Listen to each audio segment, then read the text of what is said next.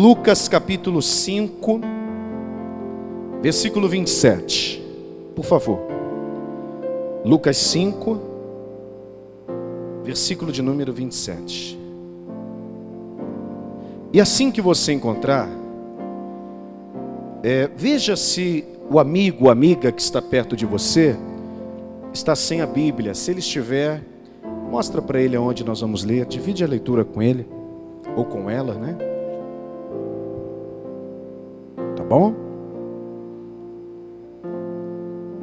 Está escrito assim, amados. Lucas 5, 27. E depois disso, saiu e viu um publicano chamado Levi, assentado na recebedoria, e disse-lhe: segue-me. E ele, deixando tudo, levantou-se e o seguiu. Amém? Agora, eu vou ler mais uma vez, e eu queria que você lesse comigo, vamos lá. E depois disso,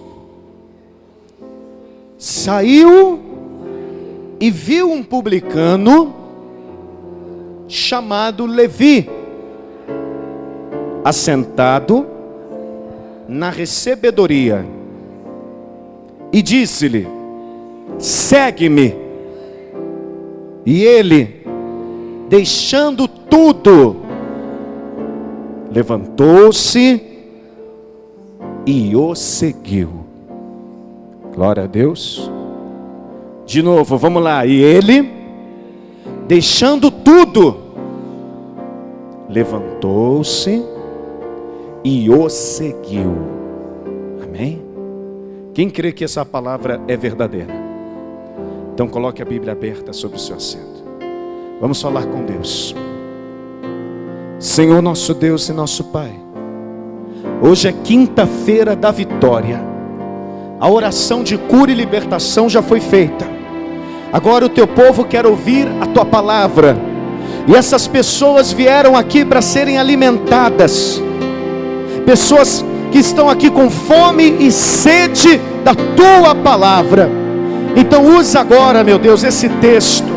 Use o microfone, use a boca do preletor, e que a tua palavra fortaleça, restaure, que a tua palavra produza frutos e resultados. Fala também, meu Pai, com quem nos ouve pela internet, e também com quem nos ouve pelo rádio, e que essa palavra mude a nossa história.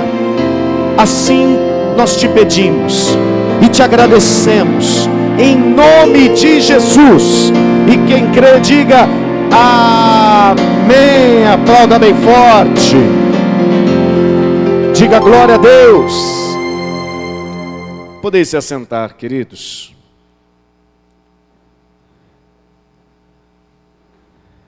Hoje nós vamos falar sobre uma categoria de pecadores que é muito lida na Bíblia, porém é pouco explicada, que são os publicanos. Então eu queria que você pegasse papel, caneta e tomasse nota do que a gente for ensinando aqui no Ministério Amor de Verdade para você, tá bom? Quem eram os publicanos? Bom, os publicanos, eles representavam, junto com as prostitutas, os piores pecadores de Israel. É o que eles representavam, não diz que eles eram.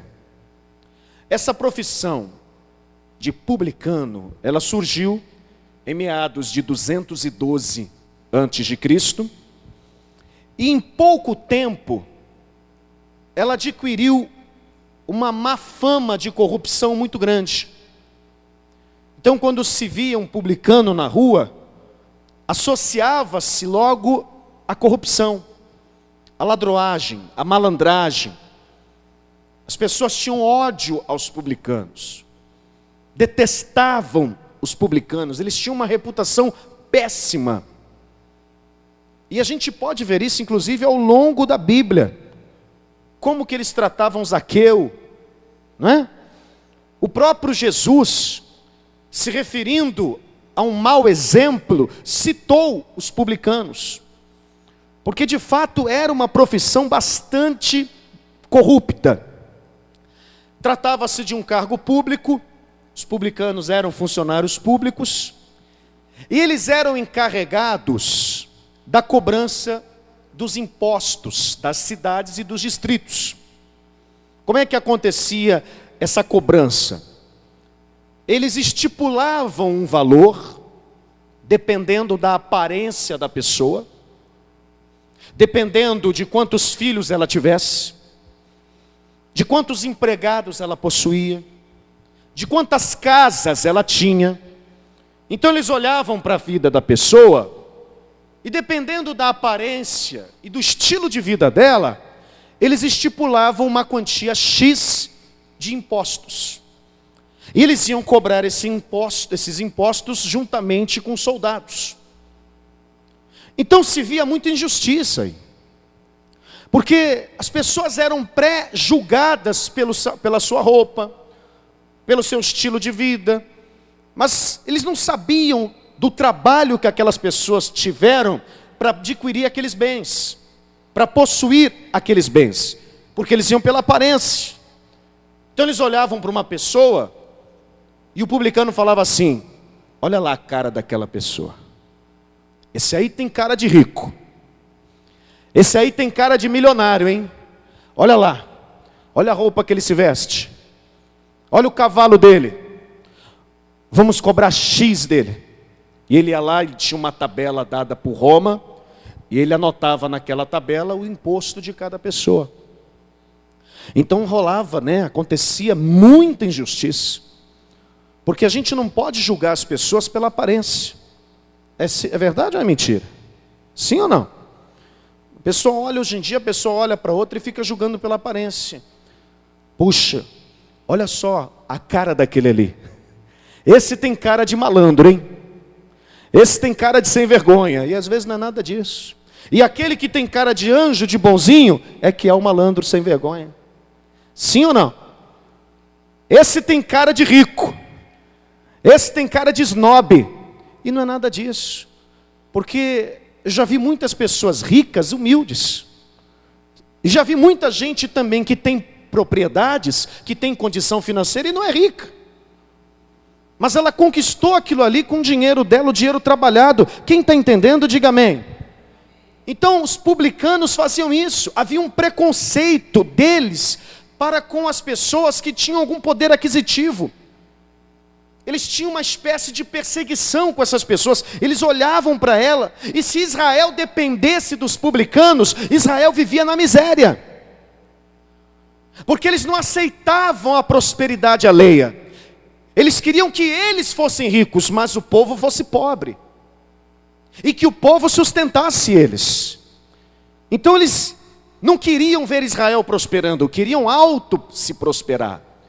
É igual aquela pessoa que às vezes ela não concorda com o crescimento da outra, com o sucesso da outra. Ela não concorda se a outra chegou em casa, abriu a tampa da mala do carro e pegou um monte de compras para colocar dentro de casa. Ela fica incomodada. É o vizinho fofoqueiro. Quem já viu isso aqui? Se a pessoa muda de carro, você não sabe às vezes a luta que ela teve para mudar de carro, a pessoa se incomoda. Se a pessoa chega com uma roupa nova, já olha ela de cima a baixo. Amém? Se olham para ela e ela está saindo do palato, já fala: olha lá, foi comprar no palato, viu? Olha como é que está com dinheiro. Está vendo aí? Mas você queria que ela comprasse aonde? Quem quer que o povo de Deus prospere? Levanta a mão. Você vai comprar onde? Na feira do rato? Fala: está amarrado em nome de Jesus.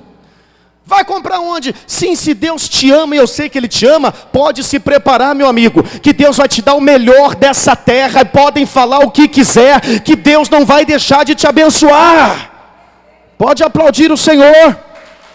E se te virem comprando em qualquer lugar como esse, diga glória a Deus. Amém? Você foi comprar no palato, você queria que fosse comprar onde? Então, os publicanos eram assim. Os publicanos tinham esse problema. E se a gente parar para ler a Escritura, a palavra, você vai ver que ninguém gostava dos publicanos.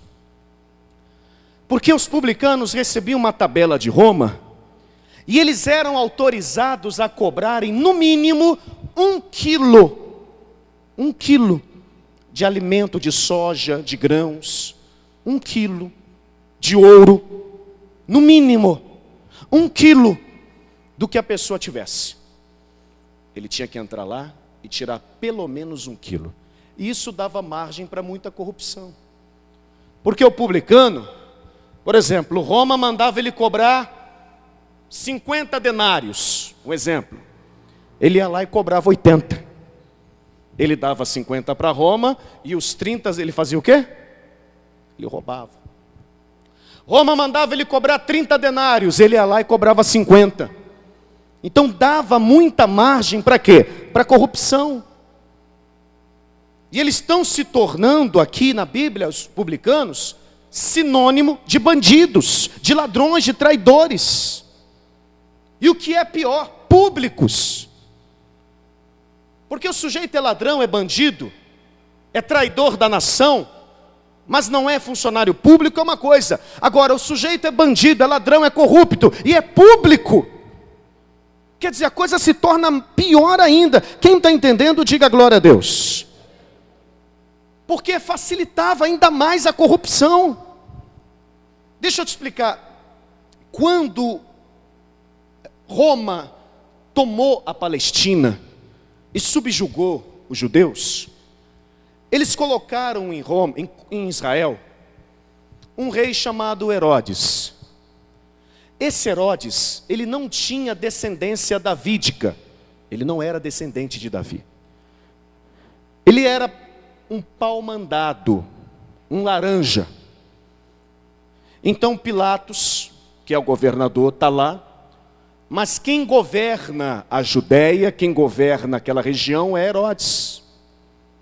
E Herodes foi colocado ali por César. Porque era uma maneira de César dominar a região. E o Herodes, que não era ninguém, que foi colocado ali como um laranja, como um vassalo, um capacho de Roma, para poder puxar sardinha para o seu lado e agradar César, então ele não queria faltar com os impostos. E foi aí que ele começou a vender concessões, direito de cobrança, para os ricos da cidade, e deu a eles a autorização de cobrar impostos. Está dando para entender? Sim ou não? Então esses homens que compravam as concessões públicas e tinham autoridade do governo para cobrar impostos, é que eram os publicanos. E eles começavam a roubar nas suas regiões, e eram odiados. Só para você ter uma ideia, naquela época, a palavra publicanos vem do grego publi, de público, e canos, vem de cabelo branco. Só que eles tinham uma fama tão ruim, que os judeus chamavam eles de publicanes, com i no final. Aonde publi vem de público e canis vem de cão, cachorro. Então eles diziam, vai publicanes, olha o publicanes, que dizer, esse é um cão público, é um cachorro público. Vai cachorro, cão. Eles eram odiados, eles eram difamados. Chamar uma pessoa de publicanes era um palavrão. Eles eram muito odiados, muito odiados. No ano 167 a.C., um escritor chamado Flávio Josefo, que era um historiador da época, ele escreveu algo sobre um publicano que eu acho interessante dizer para você. Ele escreveu assim: onde houver um publicano, ali os aliados não têm liberdade. A pessoa não tinha liberdade para nada, não podia comprar uma casa, não podia trocar de roupa, comprar uma roupa melhor, ela não podia prosperar, porque os olhos dos publicanos estavam sempre em quem? Em nela. Ó, tem dinheiro, está com dinheiro, vamos aumentar o imposto, vamos aumentar o imposto. Eles eram assim. Então só estou te mostrando quem eram os publicanos. E Jesus, diz a palavra, que ele vai passar por um local que se chamava recebedoria, que era onde o publicano ficava sentado, fazia-se uma fila, e o publicano pegava o dinheiro, anotava na tabela romana e dizia: pode passar. Então ele está ali, e Jesus vai passar na recebedoria. E quando ele olha para aquele publicano, ele diz assim: Levi, segue-me. Vamos ver isso? Acompanha comigo aqui, gente. Volta lá. Lucas 5, versículo 27. E depois disso, saiu e viu um publicano chamado Levi. Anote aí na sua Bíblia o que significa a palavra Levi. Anote o nome Levi. Levi significa junto. Levi significa adesão, junto, colado. E Levi, gente, ele era descendente dos levitas. E os levitas eram descendentes do primeiro Levi, a quem Deus deu o cargo da obra do Senhor. Então os levitas eram como se fossem os diáconos da igreja hoje. Eram os ajudantes do sacerdote, do ministro. Eram os obreiros. E se eles são ajudantes dos sacerdotes, aonde que o Levi era para estar, gente? Junto com o sacerdote. Era para estar na obra de Deus. Era para estar junto, colado com Deus. Quem está entendendo aqui? Mas ao contrário disso, onde o Levi está? Ele está junto com a corrupção. Ele está junto com Roma. Ele está junto com a má fama. E quando Jesus olha para ele e diz assim: Levi, segue-me. É como se Jesus falasse: Levi, vem andar junto comigo. Teu nome quer dizer junto, então fica junto de quem está te chamando. Você está no lugar errado, você está fazendo a coisa errada. Levi, vem andar comigo, diga glória a Deus. Em momento nenhum passou pela cabeça de Levi esse pensamento: poxa, mas eu vou largar essa dinheirama toda, eu vou deixar um trabalho que me rende tanto lucro, que me dá autoridade de ir na casa das pessoas e tomar o que eu quiser, para seguir esse aí que eu nem sei. Em momento nenhum. Pelo contrário, a Bíblia diz que Levi deixou tudo, largou tudo e seguiu Jesus. Diga glória a Deus. São esses que Deus procura. Esses que não são presos a coisas e nem a pessoas. Esses que abrem mão de tudo para colocar Jesus em primeiro lugar, Deus acima de tudo e acima de todos. São esses que Deus honra. Aqueles que quando Jesus diz: segue-me, não ficam dando desculpas. Não tenho tempo, não sei se a minha família vai gostar, mas se eu perder meus amigos, e se de repente for jovem demais para se converter, eu tenho uma vida pela frente. Então você não ouviu Jesus te chamar. Porque quando Jesus te chama, e você ouve Ele te chamar: segue-me, você larga tudo, minha amiga, meu amigo. Você é capaz de abandonar o mundo, o que no mundo há, para ir atrás do teu mestre, porque só Jesus pode te dar vida eterna. Diga amém. Quem ouviu o chamado de Jesus, diga glória a Deus. E aqui Levi larga tudo. Veja só. Versículo 28. E ele, deixando tudo, levantou-se e o seguiu. Ninguém entendeu nada. Ele não ficou preocupado nem com o que ia acontecer no futuro. Porque no futuro, 3 anos e meio depois, alguém podia dizer assim para ele: olha lá o babaca, olha lá o bobo, largou o emprego público, largou um bom salário, olha lá, deixou a mordomia de Roma, deixou a estabilidade de um funcionário público para seguir aquele Jesus. Jesus agora está morto na cruz e ele está desempregado. Ele não ficou com medo disso, porque Levi sabia quem era Jesus, amém, amados? Sabia que ao terceiro dia Jesus ressuscitaria e que não lhe faltaria nada. Nada. Então a pessoa se ilude quando ela pensa que ela vai perder alguma coisa seguindo Jesus. Ela se ilude. Antes de ser pastor, eu tinha passado no concurso público, estava sendo chamado já para trabalhar na polícia. Mas só que o Espírito Santo disse: não, você vai ficar aonde eu quero, vai abrir a igreja assim e vai trabalhar para mim. E eu não me arrependo de ter feito isso. Já passei por muitas lutas, mas até aqui o Senhor me ajudou, amados. Glória a Deus. Talvez eu nem estivesse vivo se eu estivesse lá. Então, Levi é obediente a Deus e vai ser recompensado por isso. Mas antes de Levi largar tudo, veja, ele resolveu dar uma grande festa. Então ele prepara um banquete, mas é um banquete de rico. E ele manda chamar todos os seus amigos publicanos, todos os ladrões daquela cidade, corruptos. Ele dá um banquete e chama toda a corja da qual ele fazia parte. E ele diz: hoje vai vir uma pessoa muito importante aqui em casa. O nome dele é Jesus. E ele me viu na alfândega. Ele olhou nos meus olhos e disse: segue-me. E hoje eu estou largando tudo isso para segui-lo. E eu quero que vocês conheçam esse Jesus também. Eu não quero ver ninguém xingando palavrão na hora do almoço. Não quero ver ninguém falando de roubo. Não quero ver ninguém falando de corrupção, hein? É um homem santo que está vindo aí. Vamos ver isso? Eu acredito que foi assim que ele falou. Versículo de número 29. E fez Levi um grande banquete em sua casa. E havia ali uma multidão de santinhos. É assim que está escrito? Havia uma multidão de quê?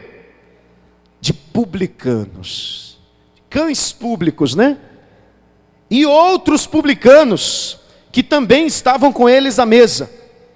Então Jesus foi chamado a um banquete, a um almoço, com só gente que não presta, gente da pior categoria, gente que era sinônimo de bandido, de ladrão, e que estava na mesma categoria das prostitutas, segundo os israelitas.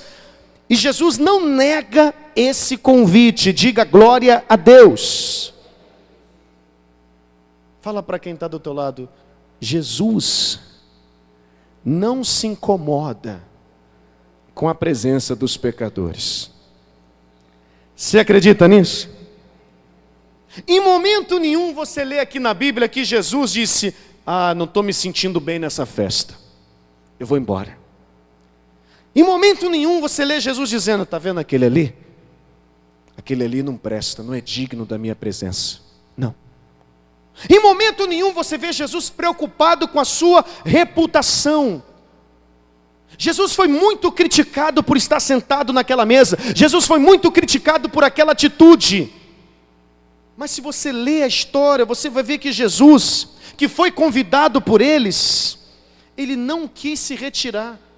Ele quis permanecer ali.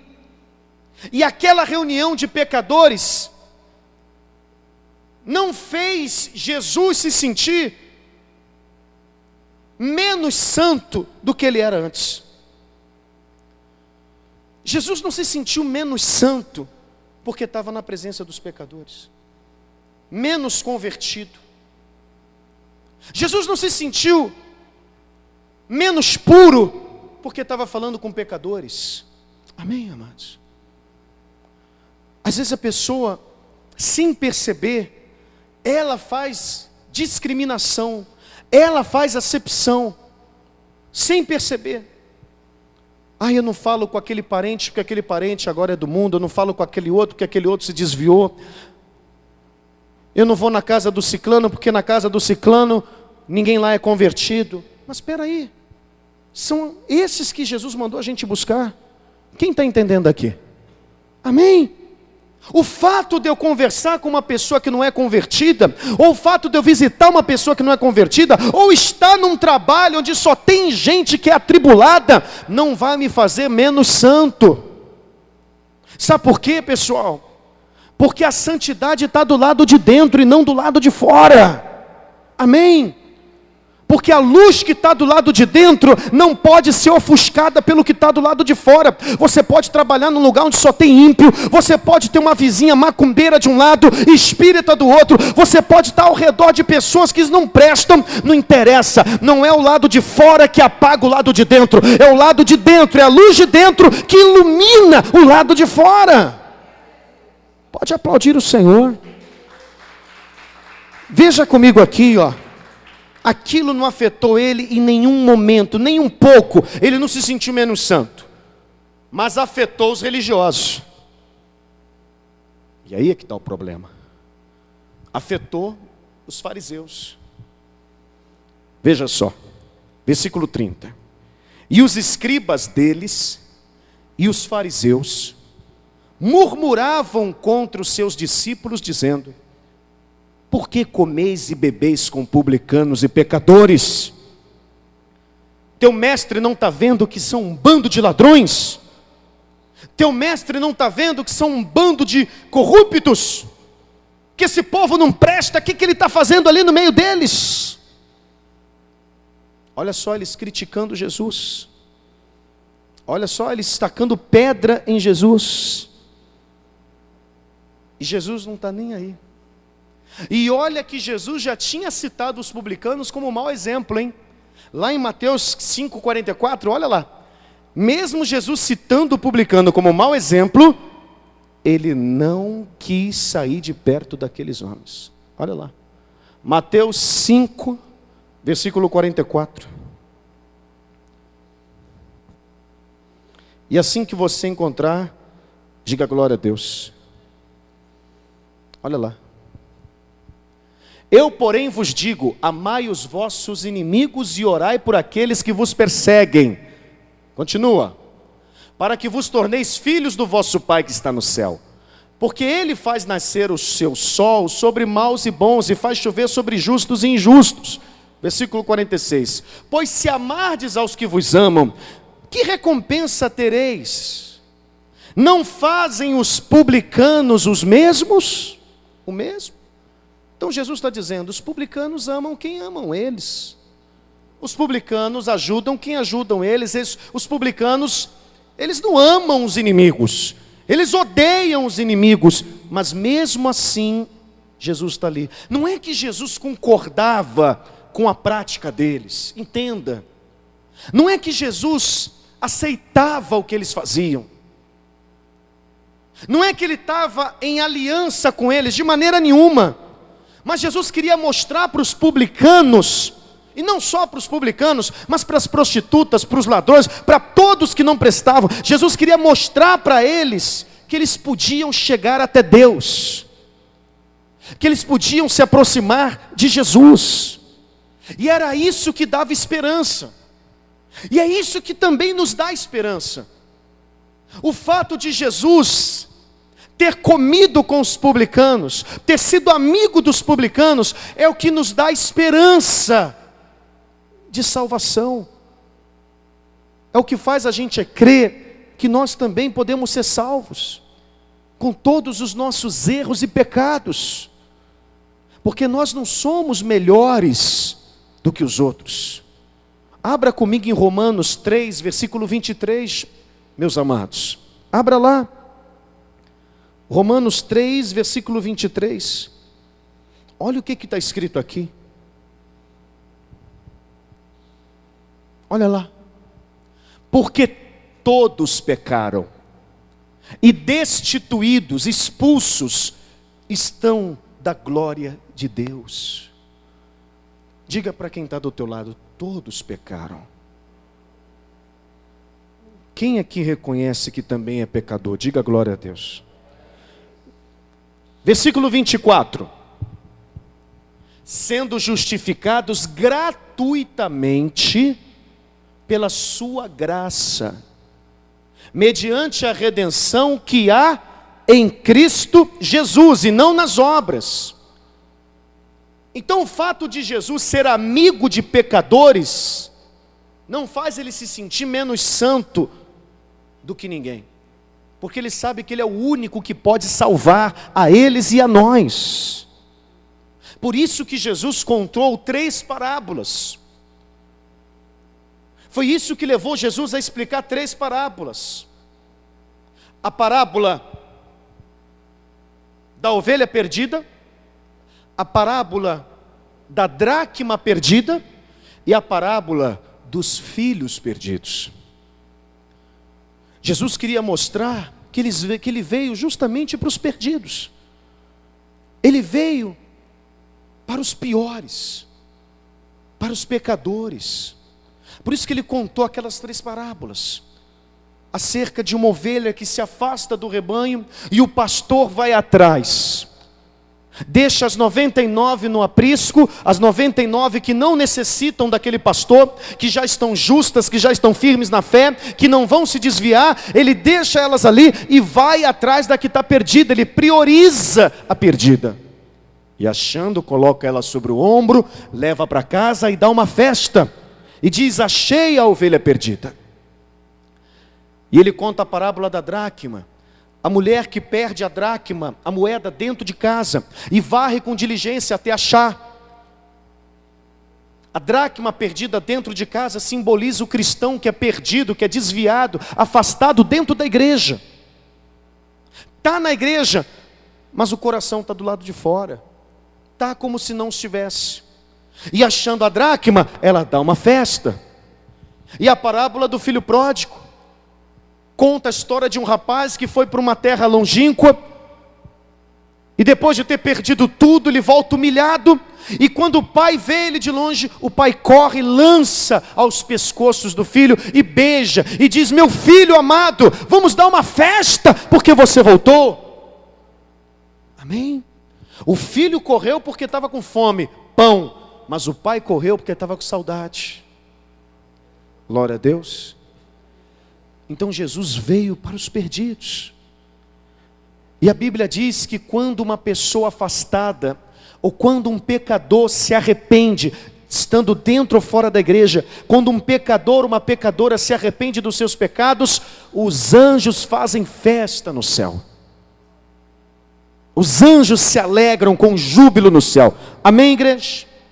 Volta comigo lá em Lucas, abre lá, capítulo 5. Vamos lá. Versículo 31. E Jesus respondendo disse àqueles fariseus: não necessitam de médico os que estão curados, sãos, mas sim os que estão enfermos. Eu não vim chamar os justos, mas sim os pecadores ao arrependimento. Diga glória a Deus. Só aqueles que se julgam pecadores, que se julgam indignos, só estes sentem necessidade da graça de Deus, da salvação. A pessoa que não se julga pecadora, a pessoa que não se julga dependente de Deus, ela não sente necessidade da graça de Deus. Só os que se julgam doentes, enfermos. Aquele que acha que é perfeito, que é justo, pelos seus próprios méritos. Não, eu mereço, eu sou justa, eu sou obediente, eu sou digna, eu mereço. Esse despreza a graça de Deus. Quem está entendendo, diga glória a Deus.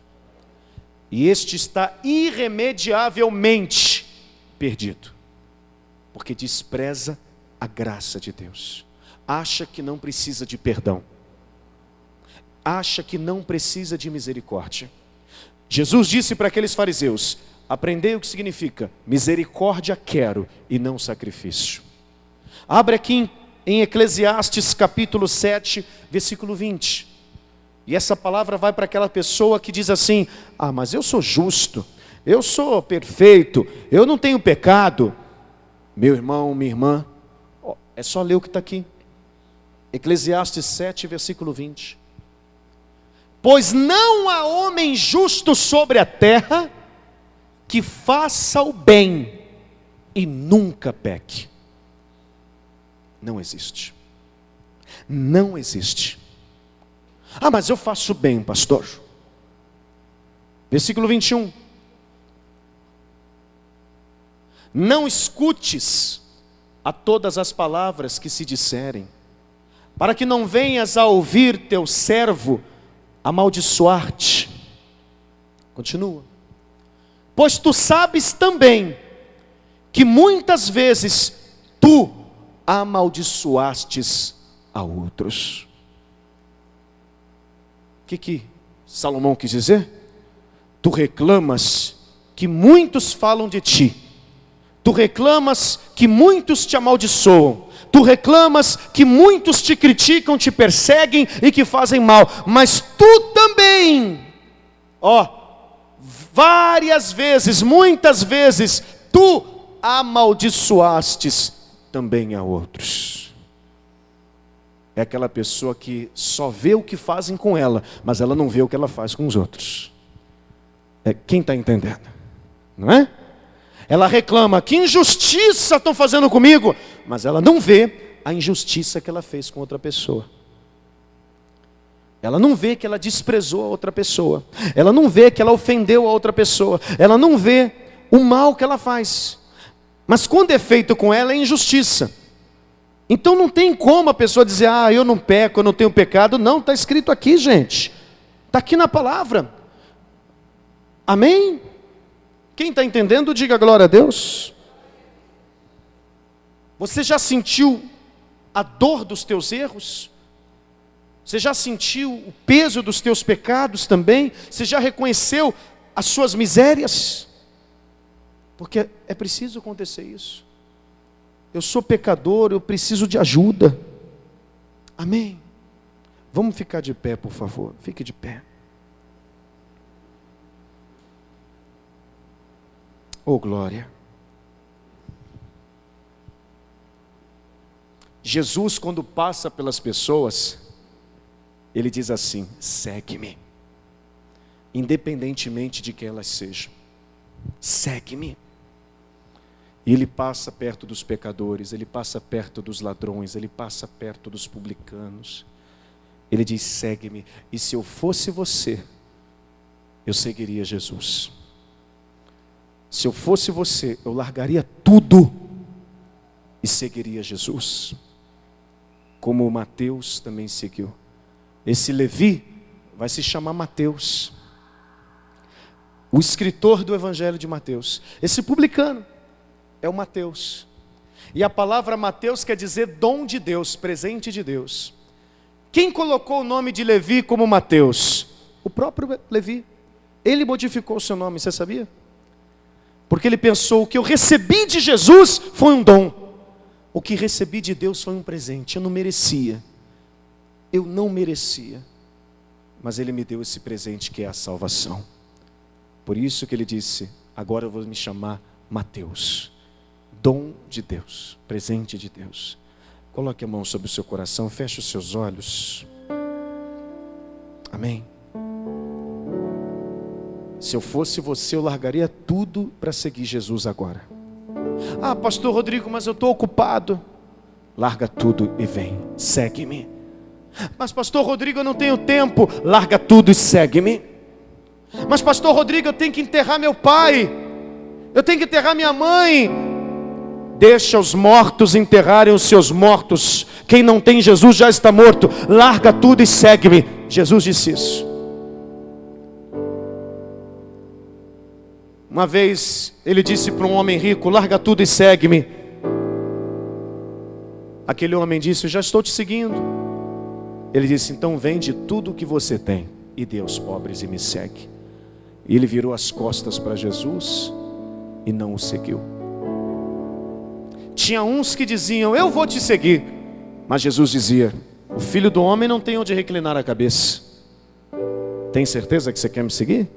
Mas para outros ele já dizia, larga tudo e segue-me. Larga tudo e segue-me. Deixa que Deus vai prover. Você que ouviu essa palavra e quer entregar a vida para Jesus, tome essa atitude agora.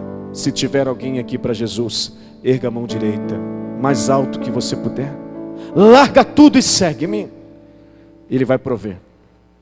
Pastor, eu estou afastada, estou desviado, mas eu quero voltar como aquela dracma perdida que foi achada. Então levante a mão, você que está afastado. Tem alguém? Talvez você diga: não, pastor, eu não estou afastado, não, mas eu reconheço que eu preciso me quebrantar mais diante de Deus. Eu tenho pecado contra Deus. Você leu comigo que não há ninguém na terra que seja justo, faça justiça e nunca peque. A gente sempre erra. Às vezes os nossos erros são sem querer, é involuntário, a gente não quis, mas a gente acaba errando.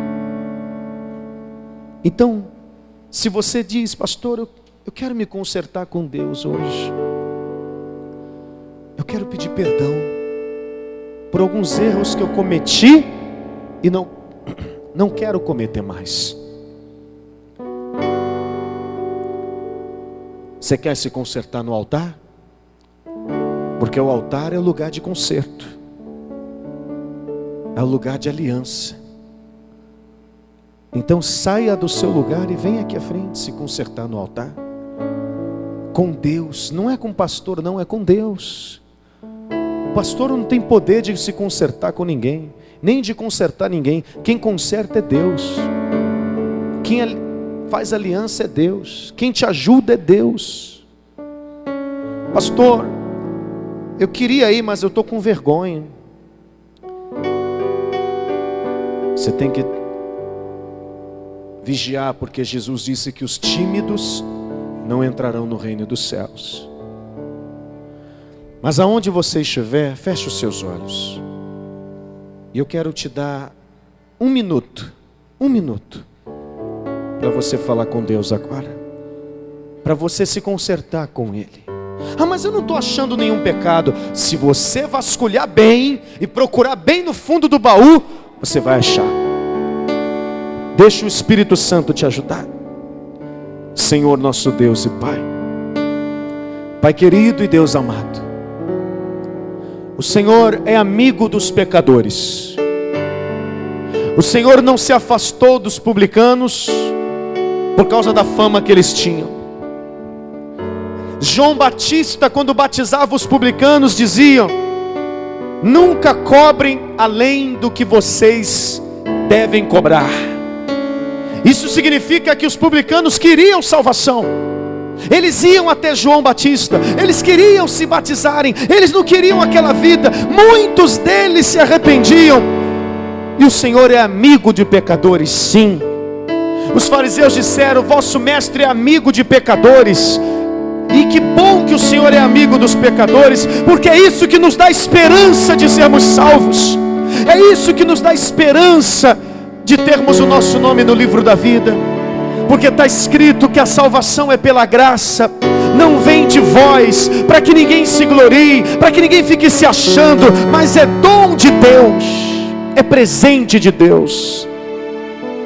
Levante as duas mãos aos céus e diga: me perdoa pelas minhas falhas, pelos meus pecados, Senhor. Me perdoa pelas vezes que eu ofendi o meu irmão. Me perdoa pelas vezes que eu magoei uma pessoa, que eu evitei. Às vezes, meu Pai, que eu murmurei, que eu reclamei de Ti. Me perdoa. O Senhor te perdoa, o Senhor te lava dos teus pecados, o Senhor te dá uma nova chance. A Bíblia diz que as misericórdias do Senhor são a causa de não sermos consumidos, porque elas se renovam a cada manhã.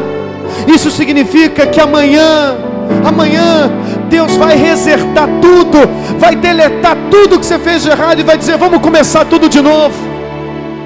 Vamos começar tudo de novo hoje. Esquece o passado, esquece o que você fez contra mim. Vamos começar tudo de novo. Oh glória.